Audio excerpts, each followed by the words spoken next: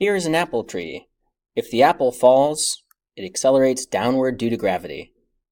There are a lot of ways to talk about what just happened. We can say that as this thing falls down, it loses potential energy. Where does that energy go? It turns into kinetic energy. So you have a loss of PE and a gain of kinetic. And the two are equal. The amount of potential energy you lose is equal to the amount of kinetic energy you gain. We just need to put absolute values around so that we're not worrying about negatives. But there's another way to think about this. The reason the apple falls is because gravity pulls it down.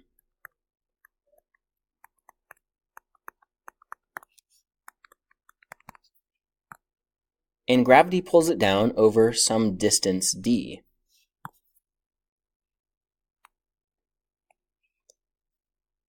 Whenever we have force and distance, there is work. Work is equal to the force of gravity times the distance traveled times the cosine of the angle between those two things. So in this case, the force is down, the distance is down, and the angle is 0. There's a deep relationship between these three things. Let's take a simple case where there's no friction, where all of the potential energy turns into kinetic. If you lose 10 joules of potential energy, then you gain 10 joules of kinetic. And gravity has done 10 joules of work. Whenever you take potential energy of any kind and turn it into kinetic energy or any other form of energy, it could be heat or anything else. In order to make that conversion from potential energy, work must be done by the field.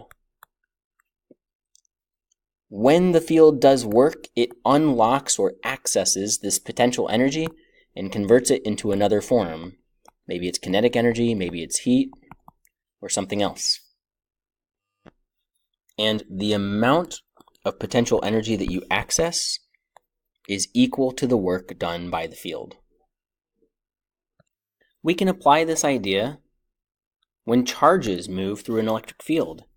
If we take a positively charged sphere, whose field lines extend out along radii. By the way, we call this a radial field. We can put a positive charge somewhere nearby, and this thing has potential energy. It wants to go flying off. So that potential energy can be unlocked. How is it unlocked? The field exerts a force over some distance. Now, this is a harder scenario to analyze because the force is changing. What we need is a scenario where the force doesn't change. Our classic example of a uniform field is created using a positively charged plate and a negatively charged plate. So you can imagine that these are, 3D, they extend out of the board. Maybe they look like cookie sheets, something like that. Apparently I have cookies on the mind.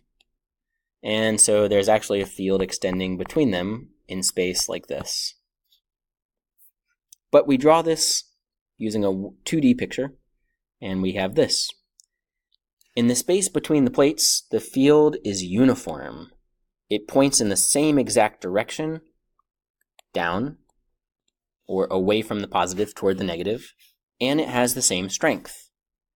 We show the strength is the same by putting the lines evenly spaced. If I had a bunch of lines over here, denser field lines and less dense, then the left side would have a stronger field and this would have a weaker field.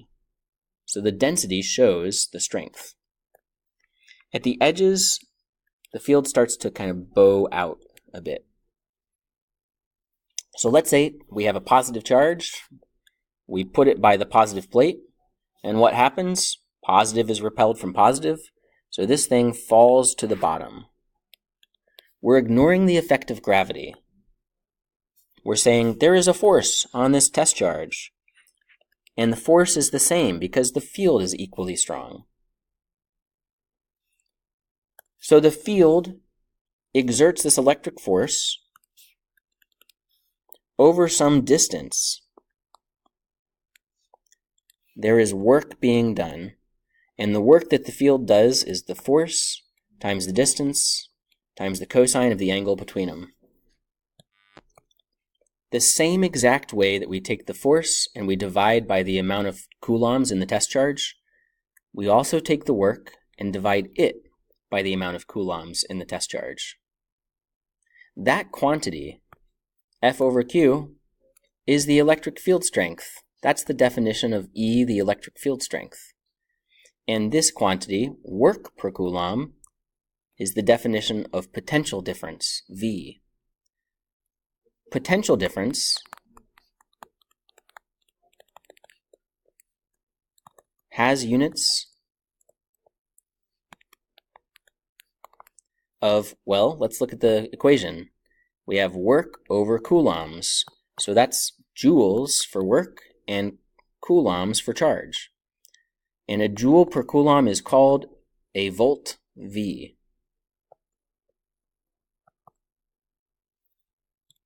So the same way we think about electric field strength as being really just a force per coulomb, potential difference you can think of it as the work or energy lost per coulomb. Because after all, as this charge falls down, it loses potential energy. And we are unlocking that potential energy to turn it into some other form. The formal definition of potential difference, it's the work per unit charge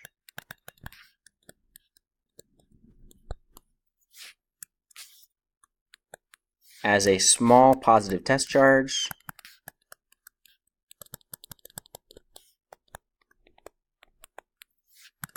is moved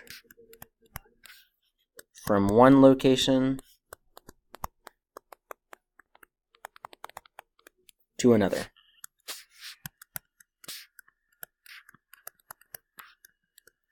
For example, maybe it's moving from the top to the bottom.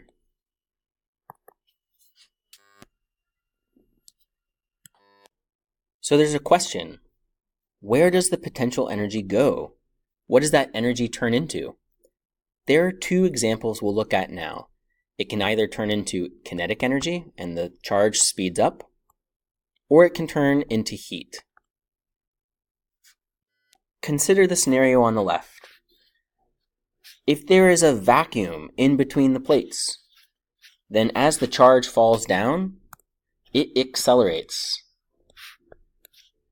So what do we have? We have a vacuum inside, and we have potential energy converting into kinetic energy with absolute values. By contrast, there's another way to set this up. Here's your positive plate. Here's your negative below. As the charge is pulled down, what if we put little molecules in its path? Like this.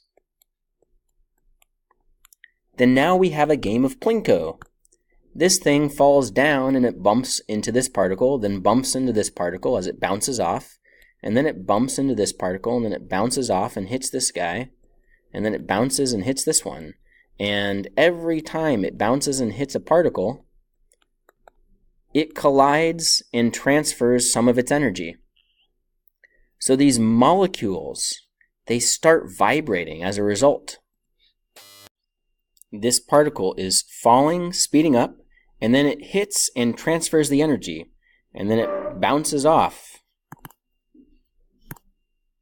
It hits and transfers energy, and it bounces off, and then it hits and transfers energy, and bounces off. As it accelerates, it continually loses the energy that it was gaining, and transfers it to the particles it collides with. This is literally what happens when charges flow through a wire or anything we generally refer to as a resistor. The charges accelerate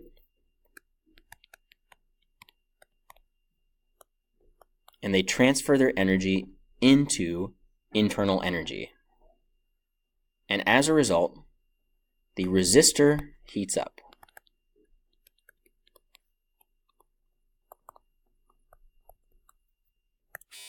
But as always, we could calculate the potential energy that we're accessing or losing through the work formula. And now we have another way to think about work in the case of charges. We think about work using potential difference. Let's recap what we've learned. Just as electric field strength is the force per unit charge on a small positive test charge, potential difference is the work per unit charge as a small positive test charge moves from one location to another. The unit for potential difference is the volt, which is simply equal to a joule per coulomb. No matter what kind of system we have, to transfer potential energy into another form, like maybe kinetic energy or internal energy U, which is what we think of as heat, this transfer requires work to be done by the field. It might be the gravitational field or the electric field. And so we have an equation, the change in potential energy equals the work done by the field. For charges moving through electric fields, there's two scenarios we'll study. The case of a vacuum, where the charge speeds up, and so the potential energy equals the change in kinetic energy, and also the case of a resistor, where the potential energy is unlocked by the field doing work, and that changes into internal energy of the resistor because the molecules speed up, creating a higher temperature.